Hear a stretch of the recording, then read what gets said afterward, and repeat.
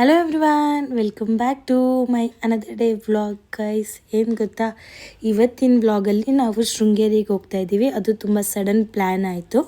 ನಾವು ಶೃಂಗೇರಿಗೆ ಓಡೋ ಟೈಮಲ್ಲಿ ನನ್ನ ವಾಯ್ಸ್ ಅಷ್ಟು ಕಂಫರ್ಟಬಲ್ ಆಗಿರಲಿಲ್ಲ ಮಾತಾಡೋಕ್ಕೆ. ಸೊ ಅದರಿಂದ ನಾನು ಈ ಫುಲ್ ವ್ಲಾಗ್ನ ವಾಯ್ಸ್ ಓವರ್ ಕೊಡೋಕ್ಕೆ ಟ್ರೈ ಮಾಡ್ತೀನಿ. ಈ ವ್ಲಾಗ್ ಅಂತೂ ತುಂಬ ಅಂದರೆ ತುಂಬ ಚೆನ್ನಾಗಿರುತ್ತೆ. ಕೊನೆವರೆಗೂ ನೋಡಿ, ಯಾವುದೇ ಕಾರಣಕ್ಕೂ ಮಿಸ್ ಮಾಡಬೇಡಿ. ಏಕೆಂದರೆ ಇದರಲ್ಲಿ ಮಕ್ಕಳಿಗೆ ಅಕ್ಷರಾಭ್ಯಾಸ ಹೇಗೆ ಮಾಡಿಸೋದು ಅನ್ನೋದನ್ನು ಕೂಡ ಆ್ಯಡ್ ಮಾಡಿದ್ದೀನಿ. ಅದಾದಮೇಲೆ ಮೊದಲಿಗೆ ನಾವು ಪೆಟ್ರೋಲ್ ಹಾಕಿಸ್ಕೊಂಡ್ವಿ. ಇದೇನೋ ಬಾಟಲ್ ಕೊಟ್ಟರು, ಮೈಲೇಜ್ ತುಂಬ ಚೆನ್ನಾಗಿ ಕೊಡುತ್ತೆ ಅಂತ. ಅದಾದಮೇಲೆ ನಾನು ಗೋವಿಂದ ಕೋಟಿ ಬರೆಯೋಕ್ಕೆ ಸ್ಟಾರ್ಟ್ ಮಾಡಿದ್ದೆ. ಇದನ್ನು ಸ್ಟಾರ್ಟ್ ಮಾಡಿ ಆಲ್ರೆಡಿ ನಾನು 2 ಮಂತ್ಸ್ ಆಗಿತ್ತು, ಆದರೆ ಬರೆಯೋಕ್ಕೆ ಆಗಿರಲಿಲ್ಲ. ಅದಕ್ಕೆ ಹೆಂಗಿದ್ರು 7ರಿಂದ 8 ಅವರ್ ಟ್ರಾವೆಲ್ ಮಾಡಬೇಕಲ್ಲ, ಅಷ್ಟರಲ್ಲಿ ಗೋವಿಂದ ಕೋಟಿನ ಎಷ್ಟಾಗುತ್ತೆ ಅಷ್ಟು ಬರೆಯೋಣ ಅಂತ ಟ್ರೈ ಮಾಡಿದೆ. ಹೋಗ್ತಾ ಹಂಗೆ ಟ್ರಾವೆಲ್ ಮಾಡ್ತಾ ಮಾಡ್ತಾ ಬರೆಯೋದಕ್ಕಂತೂ ಸ್ಟಾರ್ಟ್ ಮಾಡಿದೆ. ಗೋವಿಂದ ಕೋಟಿನ ಬರಿಬೇಕಾದ್ರೆ ನಾವು ಸ್ನಾನ ಮಾಡಿರಬೇಕು. ಅದಾದಮೇಲೆ ಇಲ್ಲೇ ಬರಿಬೇಕು ಅಲ್ಲೇ ಬರಿಬೇಕು ಅಂತ ಏನಿಲ್ಲ, ಒಳ್ಳೆ ಮನಸ್ಸಿಂದ ಬರೆದ್ರೆ ಸಾಕು ಅಂತ ನಂಬಿದ್ದೀನಿ ನಾನು. ಈಗ ನಾನು ಗೋವಿಂದ ಕೋಟಿ ಟ್ರಾವೆಲಿಂಗ್ ಟೈಮಲ್ಲೂ ಬರಿತೀನಿ, ಅದಾದಮೇಲೆ ಪೂಜೆ ಆದಮೇಲೂ ಡೈಲಿ ಒಂದೊಂದು ಪೇಜ್ ಬರಿತೀನಿ. ನಾನು ಬರಿತಾ ಇರೋದು ಒಂದು ಹರಕೆ ಮಾಡಿಕೊಂಡು, ಅದು ನಾನು ಗೋವಿಂದ ಕೋಟಿ ಮುಗಿಸೋಷ್ಟ್ರಲ್ಲಿಗೆ ಹರಕೆ ತೀರಬೇಕು ಅಂತ, ಅಂದರೆ ನಾನು ಅಂದ್ಕೊಂಡಿರೋದು ಆಗಬೇಕು ಅಂತ ಅಂದ್ಕೊಂಡು ಬರಿತಾ ಇದ್ದೀನಿ. ನೋಡೋಣ ಯಾವಾಗ ಇರುತ್ತೆ ಮತ್ತು ಈ ಬುಕ್ನ ನಾನು ಯಾವಾಗ ಮುಗಿಸ್ತೀನಿ ಅಂತ. ನಾವು ಸ್ಯಾಟರ್ಡೆ ಮಧ್ಯಾಹ್ನ 12ಗೆ ಹೊರಟಿದ್ರಿಂದ ತುಂಬ ಜಾಮ್ ಇತ್ತು. ಗೂಡ್ಸ್ ಗಾಡಿಗಳು ಮತ್ತು ಟ್ರಾವೆಲರ್ಸ್ ಗಾಡಿಗಳೇ ಜಾಸ್ತಿ ಆಗೋಗಿತ್ತು. ಆ್ಯಕ್ಚುಲಿ ನಮಗೆ ಹೈವೇ ರೋಡ್ ಜಾಯ್ನ್ ಆಗೋದಕ್ಕೆ ನೆಲಮಂಗಲ ಟೋಲಲ್ಲಿ ತುಂಬ ಟೈಮ್ ಹಿಡಿಯಿತು. ಅದಾದಮೇಲೆ ನಾನು ನನ್ನ ಮಗ ಎಲ್ಲ ಸ್ವಲ್ಪ ಸಾಂಗ್ ಹಾಕ್ಕೊಂಡು ಹಾಡಾಡಿಕೊಂಡು, ಅವಳು ಮುಂದೆ ಬರ್ತೀನಿ ಅಂತ ಅಂದಿದ್ದರಿಂದ ಗೋವಿಂದ ಕೋಟಿನೂ ಸ್ವಲ್ಪ ಬರೆಯೋದನ್ನ ಸ್ಟಾಪ್ ಮಾಡಿ ಅವ್ರ ಜೊತೆ ಹಾಡಾಡಿಕೊಂಡು ಸ್ಮೂತಾಗಿ ಟ್ರಾವೆಲಿಂಗ್ನ ಸ್ಟಾರ್ಟ್ ಮಾಡಿದೆ.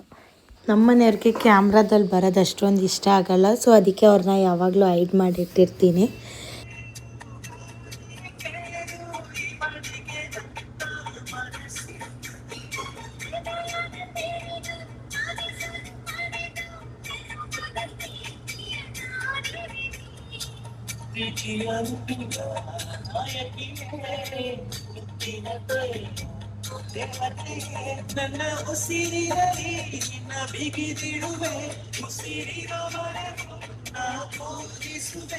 ಟ್ರಾವೆಲ್ ಮಾಡ್ತಾ ಮಾಡ್ತಾ ಮಧ್ಯದಲ್ಲಿ ಹೊಟ್ಟೆ ಹಸಿವು ಸ್ಟಾರ್ಟ್ ಆಯಿತು ಅಂತ ಅಲ್ಲೇ ಇದ್ದಿದ್ದು ಬರ್ಗರ್ ಕಿಂಗಿಗೆ ಸ್ಟಾಪ್ ಮಾಡಿ ಸ್ವಲ್ಪ ಬರ್ಗರ್ ತಿಂದು ಮಕ್ಳುಗಳಿಗೂ ಸ್ವಲ್ಪ ತಿನ್ನಿಸಿ ಅದಾದಮೇಲೆ ಮತ್ತೆ ಓಡೋಕ್ಕೆ ಸ್ಟಾರ್ಟ್ ಮಾಡ್ದೆವು. ಈ 7 ಅವರ್ ಅಂತೂ ಹೆಂಗೆ ಓದೋ ಅಂತ ಗೊತ್ತಾಗಲಿಲ್ಲ. ಈ ಕಡೆಯಿಂದ ಆ ಕಡೆಯಿಂದ ಬರಬೇಕಾದ್ರಂತೂ ಎಲ್ಲರೂ ಫುಲ್ ಸೂಪರ್ ಟಯರ್ಡ್ ಆಗೋಗಿದ್ದು. ಸರಿ ಆಯಿತು ಅಂತ ಮಕ್ಳುಗಳ್ನು ಸ್ವಲ್ಪ ಹೊತ್ತು ಅವರು ಮಲಗಿದ್ರು, ಅವ್ರನ್ನ ಎಬ್ಬರಿಸಿ ಅವ್ರಿಗೂ ಸ್ವಲ್ಪ ಏನಾದ್ರು ತಿನ್ನಿಸೋಣ ಅಂತ ತಿನ್ನಿಸ್ತಾಯಿದ್ದೋ. ಅವಳಿಗೆ ನಾನು ಆಲ್ರೆಡಿ ಊಟ ಮಾಡಿಸಿದ್ದೆ. ಇದು ಬರ್ಗರ್ ಅವನಿಗೆ ಮಾತ್ರ ತಿನ್ನಿಸ್ತಾ ಇರೋದು, ಆಮೇಲೆ ಅವಳಿಗೆ ಅಂತ ಅಂದ್ಕೊಬೇಡಿ. ಹೋಗ್ತಾ ಹೋಗ್ತಾ ಅಂತೂ ಸಂಜೆ ಆಗ್ತಿದ್ದಂಗೆ ತುಂಬ ಅಂದರೆ ತುಂಬ ಚೆನ್ನಾಗಿತ್ತು. ವ್ಯೂವ್ಗಳಂತೂ ಸೂಪರಾಗಿತ್ತು. ಬೈ ಚಾನ್ಸ್ ಗಾಡಿ ಪ್ರಾಬ್ಲಮ್ ಆಯಿತು ಅಂದರೂ ಅಲ್ಲಿ ಬಡ್ಕೊಂಡ್ರು ಯಾರೂ ಬರಲ್ಲ, ಯಾಕೆಂದರೆ ಅಷ್ಟು ಫಾರೆಸ್ಟು. ಅಲ್ಲಿ ಯಾರೂ ಆಲ್ಮೋಸ್ಟ್ ಬರೋದೇ ಇಲ್ಲ ಆ ಕಡೆ ರೂಟಲ್ಲಿ, ಆ ಥರ ಇದೆ. ಆಲ್ಮೋಸ್ಟ್ ಎಲ್ಲ ಬೆಳಗ್ಗೆ ಟೈಮ್ ಓಡಾಡ್ತಾರೆ. ಆ್ಯಕ್ಚುಲಿ ಈಗ ನಾನು ನಿಮಗೆ ತೋರಿಸ್ತಾ ಇರೋದು ಜಸ್ಟ್ 7:30 8 o'clock ಅಷ್ಟೇ. ಆ ಟೈಮಲ್ಲೇ ಹಂಗೆ ಕಾಣಿಸ್ತಿದೆ ಅದು.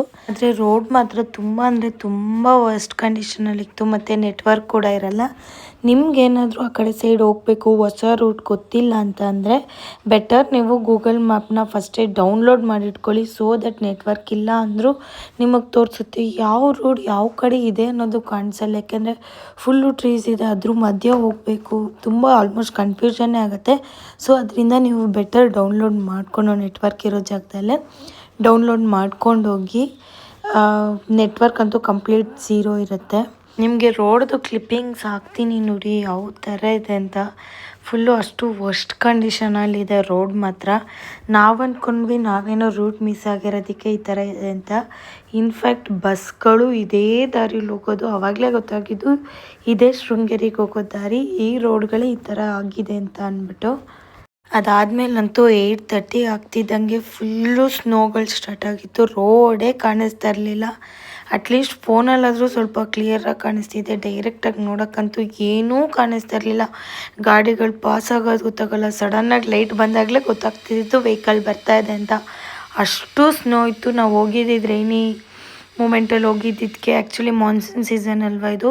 ಸೊ ಅದಕ್ಕೆ ತುಂಬ ಅಂದರೆ ತುಂಬ ವೆದರ್ ಅಂತೂ ಚೆನ್ನಾಗಿತ್ತು, ಬಟ್ ರೋಡ್ಗಳು ಕಾಣಿಸ್ತಾ ಇಲ್ಲ, ಸ್ವಲ್ಪ ಕನ್ಫ್ಯೂಷನಿಂಗ್ ಆಗಿತ್ತು.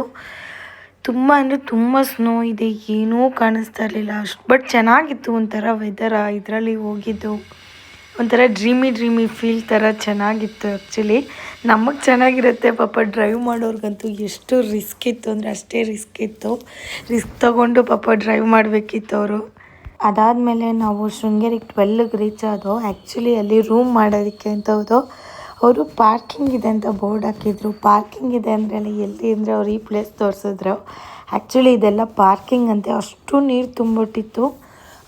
ಶೃಂಗೇರಿಲಂತೂ ಆಲ್ಮೋಸ್ಟ್ ನಾವು ದರ್ಶನ ಮಾಡಿಕೊಂಡು ರಿಟರ್ನ್ ಬಂದ್ರೂ ನೈಟ್ 12ಗೆ ನಾನು ಬಂದಾಗ ನೋಡಿದ್ದು ಮಳೆ ಹುಯ್ತಾ ಇದ್ದಿದ್ದು, ಇನ್ನೂ ಹುಯ್ತಾನೆ ಇತ್ತು. ಇಷ್ಟು ಆ ಮಳೆಯಲ್ಲೇ ದರ್ಶನ ಮಾಡ್ತಾಯಿದ್ದಿದ್ದು, ಆ ಮಳೆಯಲ್ಲೇ ಎಲ್ಲರೂ ಓಡಾಡ್ತಿದ್ರು.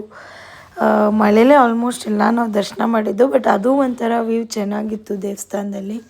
ಆ ಮಳೆ ಮಧ್ಯ ನಾವು ದರ್ಶನ ಮಾಡಿದ್ದು ಟೆಂಪಲ್ ವ್ಯೂ ಅದೊಂಥರ ಲಕ್ಕಿ ಅಂತ ಹೇಳ್ಬೋದು. ಅದಾದಮೇಲೆ ಒಳಗಡೆ ದರ್ಶನ ಮಾಡಿಕೊಂಡು ದೇವರಿಗೆ ಮಡ್ಲಕ್ಕಿ ಕೊಟ್ಟು ಅಕ್ಷರಾಭ್ಯಾಸ ಮಾಡಿಸೋಣ ಅಂತ ಬಂದು. ಅದಂತೂ ಇಷ್ಟು ಮಳೆ ಇದ್ದರೂ ತುಂಬ ಜನ ಇದ್ದರು. ಅಕ್ಷರಾಭ್ಯಾಸ ಮಾಡಿಸೋ ಜಾಗದಲ್ಲಿ ಜಾಸ್ತಿ ಜನ ಇರಲಿಲ್ಲ, ಆದರೆ ಟಿಕೆಟ್ ತೊಗೊಳೋದಕ್ಕಂತೂ ಸಖತ್ ಜನ ನಿಂತಿದ್ದರು.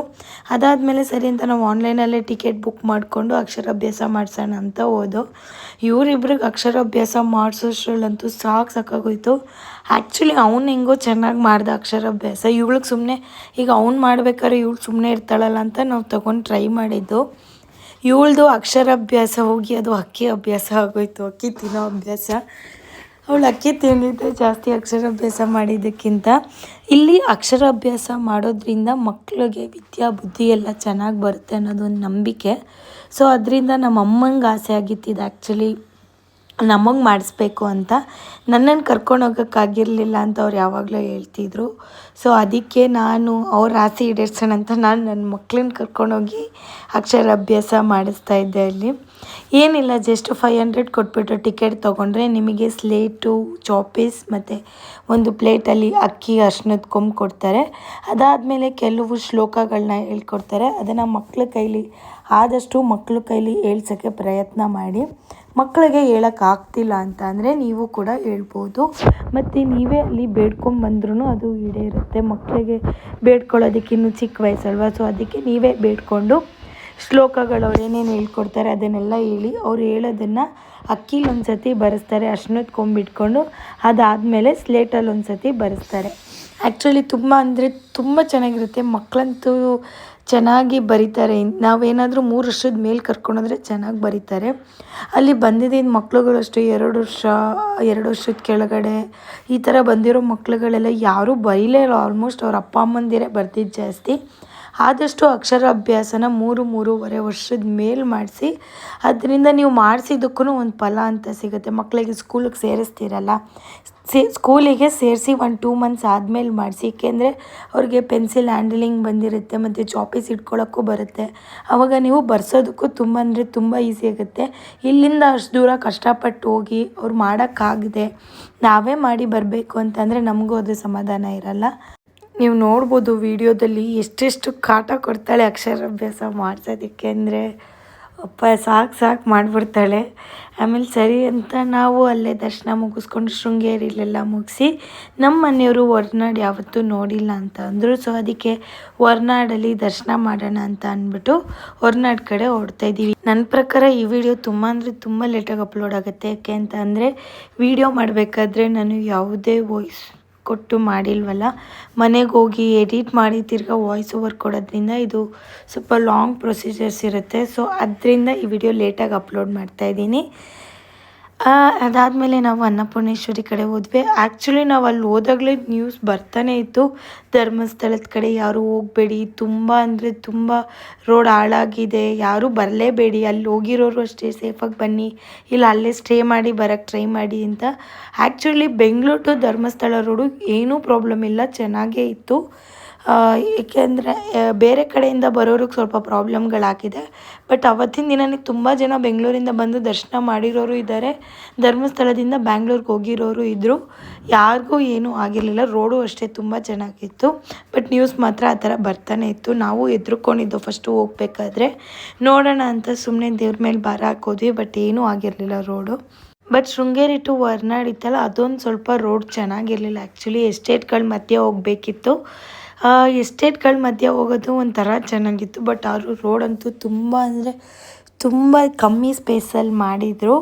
ಅದು ಒಂಥರ ಚೆನ್ನಾಗಿತ್ತು ಆ್ಯಕ್ಚುಲಿ. ಅಂದರೆ ಅಂಥ ವರ್ಸ್ಟ್ ರೋಡಾಗೇನಿರಲಿಲ್ಲ. ಬಟ್ ಓಕೆ ಆಗಿತ್ತು, ಚೆನ್ನಾಗಿತ್ತು ರೋಡು. ಏನಿದು ಇವಳು ಬರೀ ಟ್ರಾವೆಲಿಂಗ್ದೇ ಜಾಸ್ತಿ ತೋರಿಸ್ತಾ ಇದ್ದಾಳೆ ಎತ್ಕೋಬೇಡಿ. ಆ್ಯಕ್ಚುಲಿ ನನಗೆ ಈ ಥರ ಫಾರೆಸ್ಟ್ಗಳು ಮತ್ತು ಮೌಂಟೇನ್ಸು, ಈ ಥರ ಎಸ್ಟೇಟ್ಸ್ಗಳು ಇವೆಲ್ಲ ನನಗೆ ತುಂಬ ಅಂದರೆ ತುಂಬ ಇಷ್ಟ. ಆ್ಯಕ್ಚುಲಿ ಅದು ತುಂಬ ಎಂಜಾಯ್ ಮಾಡ್ತೀನಿ ಕೂಡ. ಸೊ ಅದರಿಂದ ನಾನು ಜಾಸ್ತಿ ಅದನ್ನೇ ಕ್ಯಾಪ್ಚರ್ ಮಾಡಿರೋದು. ಅಂತೂ ಇಂತೂ ಹೊರನಾಡಂತೂ ನಾವು ರೀಚ್ ಆದ್ವಿ. ಆ್ಯಕ್ಚುಲಿ ದ ಬೆಸ್ಟ್ ಪಾರ್ಟ್ ಏನು ಅಂತ ಅಂದರೆ, ಅಲ್ಲಿ ನಾವು ದರ್ಶನ ಮಾಡೋಕ್ಕೆ ಹೋದಾಗ ಅಂತೂ ಜನ ಇರಲಿಲ್ಲ. ನಾವು ಅಲ್ಲಿಂದ ಆಚೆ ಬಂದು ನೋಡಿದ್ರೆ ಎಷ್ಟು ಲೈನ್ ಆಗಿತ್ತು, ನೀವು ನೋಡಿ ವಿಡಿಯೋದಲ್ಲಿ. ಎಷ್ಟೊತ್ತವರೆಗೂ ನಿಂತಿದ್ದೋ ಗೊತ್ತಾ ನಾವು. ಆ್ಯಕ್ಚುಲಿ ಅಂದರೆ ಪ್ಯಾಕೇಜಲ್ಲಿ ಬರ್ತಾರಲ್ಲ ಬಸ್ಗಳು, ಆ ಥರ 4-5 ಬಸ್ ಒಟ್ಟಿಗೆ ಬಂದಿದ್ದರಿಂದ ಜನ ಜಾಸ್ತಿ ಆದರು. ಅದು ಬಿಟ್ಟರೆ ಆ್ಯಕ್ಚುಲಿ ನಾವು ಹೋದಾಗ ತುಂಬ ಅಂದರೆ ತುಂಬ ಚೆನ್ನಾಗಿ ದರ್ಶನ ಆಯಿತು. ಜಾಸ್ತಿ ಹೊತ್ತು ಸಮಾಧಾನ ಆಗೋಷ್ಟು ನಿಲ್ಲಿಸಿದ್ರು ನಮ್ಮನ್ನು. ಅದೇ ಖುಷಿ. ಈ ಟ್ರಿಪ್ ಫುಲ್ ಅಂತೂ ಮಳೆಯಲ್ಲಿ ಜೊತೆಯಲ್ಲಿ ಅಂದ್ಕೊಂಡು ನಮ್ಮದು ಇಡೀ ಟ್ರಿಪ್ಪು ಸ್ಟಾರ್ಟಿಂಗ್ ಟು ಎಂಡಿಂಗ್ ನಮಗೆ ಮಳೆಯಲ್ಲೇ ಆಲ್ಮೋಸ್ಟ್ ಕಳೆದಿರೋದು. ಅದಾದಮೇಲೆ ಮಳೆ ಜಾಸ್ತಿ, ಚಳಿ ಜಾಸ್ತಿ ಇತ್ತು ಅಂತ ಸ್ವಲ್ಪ ಕಾಫಿ ಕುಡಿತಾಯಿದ್ದು. ಕಾಫಿ ಪಕ್ಕದಲ್ಲೇ ಕಾಫಿ ಎಸ್ಟೇಟ್ ಇತ್ತು. ಆ್ಯಕ್ಚುಲಿ ಅವ್ರು ಅಲ್ಲೇ ಅದೇ ಎಸ್ಟೇಟಿಂದನೇ ತೆಗೆದು ಪೌಡರ್ ಮಾಡೋದು ಅಂತ ಹೇಳ್ತಾಯಿದ್ರು. ತುಂಬ ಚೆನ್ನಾಗಿತ್ತು, ಒಂಥರ ಡಿಫ್ರೆಂಟಾಗಿತ್ತು ಕಾಫಿ. ನಾವು ಬೆಂಗಳೂರಲ್ಲಿ ಕುಡಿಯೋದಕ್ಕೂ ಅಲ್ಲಿ ಕುಡಿಯೋದಕ್ಕೂ ಎಷ್ಟೋ ಹೊತ್ತು ಟ್ರಾವೆಲ್ ಮಾಡಿ ಸುಸ್ತಾಗಿತ್ತು ಅಂತ ಅಲ್ಲಿ ಏನಾದ್ರು ತಿನ್ನೋಣ ಅಂತ ಸ್ಟಾಪ್ ಮಾಡಿದ್ರು. ಆ್ಯಕ್ಚುಲಿ ಈ ವ್ಲಾಗ್ನ ನಾನು ಫುಲ್ ಕಂಟಿನ್ಯೂ ಮಾಡೋಕ್ಕಾಗಲ್ಲ. ಯಾಕೆ ಅಂತ ಅಂದರೆ ನಾನು ಆಗಲೇ ಹೇಳ್ದಂಗೆ ತುಂಬ ಟಯರ್ಡ್ ಆಗಿತ್ತು. ಸೊ ಅದರಿಂದ ವ್ಲಾಗ್ನ ಎಂಡ್ ಮಾಡ್ತಾಯಿದ್ದೀನಿ. ನಿಮಗೇನಾದರೂ ಈ ವ್ಲಾಗ್ ಇಷ್ಟ ಆಗಿದ್ದರೆ ಲೈಕ್, ಶೇರ್, ಕಮೆಂಟ್ ಮಾಡಿ. ಹಾಗೆ ಮತ್ತು ಇನ್ನೊಂದು, ನೀವು ಇಲ್ಲಿಂದ ಅಷ್ಟು ದೂರ ಹೋಗ್ತೀರಾ, ಶಾರದಾಂಬೆಗೆ ಮಡಿಲಕ್ಕಿ ಕೊಡೋದ್ರಿಂದ ತುಂಬ ಸ್ಪೆಷಲ್ ಪೂಜೆ ಮಾಡ್ತಾರೆ. ಸೊ ಅದರಿಂದ ನಿಮಗೆ ಆದರೆ ಮಡಿಲಕ್ಕಿ ಕೊಟ್ಟು ಪೂಜೆ ಮಾಡಿಸ್ಕೊಂಬನ್ನಿ. ಇಲ್ಲಿಂದ ಅಷ್ಟು ದೂರ ಹೋಗ್ತೀವಿ ಸುಮ್ಮನೆ ಯಾಕೆ. ಆದರೆ ನೀವು ಮಡಿಲಕ್ಕಿ ಕೊಡಬೇಕಾದ್ರೆ ಸೀರೆಗೆ ಒಂದು ಸ್ಲಿಪ್ ಹಾಕಿ ಕೊಡ್ತಾರೆ. ಸೊ ಅದರಿಂದ ಪ್ರಸಾದ ಸಿಗುತ್ತೆ. ಸ್ಲಿಪ್ಪಿಗೇನು ಯಾವುದೇ ಎಕ್ಸ್ಟ್ರಾ ಅಮೌಂಟ್ ಇಸ್ಕೊಳ್ಳಲ್ಲ. ತುಂಬ ಅಂದರೆ ತುಂಬ ಚೆನ್ನಾಗಿ ಪೂಜೆ ಮಾಡಿಕೊಡ್ತಾರೆ ನಾವು ಆ ಥರ ಮಾಡೋದ್ರಿಂದ. ಈ ವಿಡಿಯೋ ನಿಮಗೆ ಇಷ್ಟ ಆಗಿದರೆ ಲೈಕ್, ಶೇರ್, ಕಮೆಂಟ್ ಮಾಡಿ. ಬಾಯ್.